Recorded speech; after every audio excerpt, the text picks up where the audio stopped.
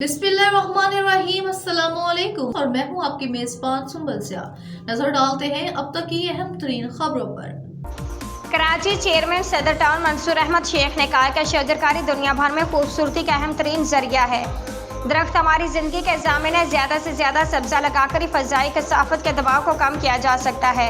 इस कौमी मिशन के हसूल के लिए सिर्फ दावों की नहीं, अमली इक़दाम करने की ज़रूरत है। सदर टाउन कौंसिल ने एक करारदाद मंजूर की है जिसके तहत घरों और अपार्टमेंट्स के अतराफ पौधे लगाना लाजमी होगा।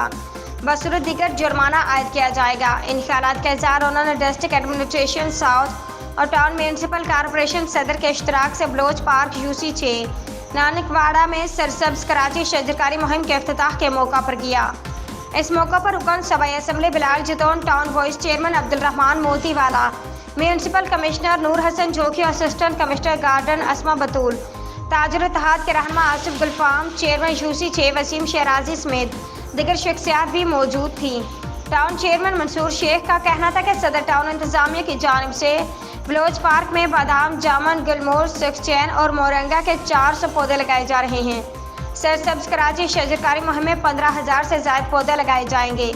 MP बिलाल जितौन ने कहा कि माहौलियाती आलूदगी से पाक सरसब्ज कराची मुहिम में हर फर्द पौधा लगाकर अपना कौमी फरीज़ा पूरा करना होगा। आज हमारे मुल्क में दरख्त घटते जा रहे हैं, इसलिए ज़रूरत इस अमर की है कि ज़्यादा से ज़्यादा दरख्त लगाए जाएँ। Town vice chairman Abdul Rahman Motiwala ने कहा कि अगर हर शहरी अपनी मदद आप के तहत दरख्तों की तादाद को बढ़ाने के लिए कम से कम एक पौधा लगाए, तब जाकर कराची को सरसब्ज बनाया जा सकता है।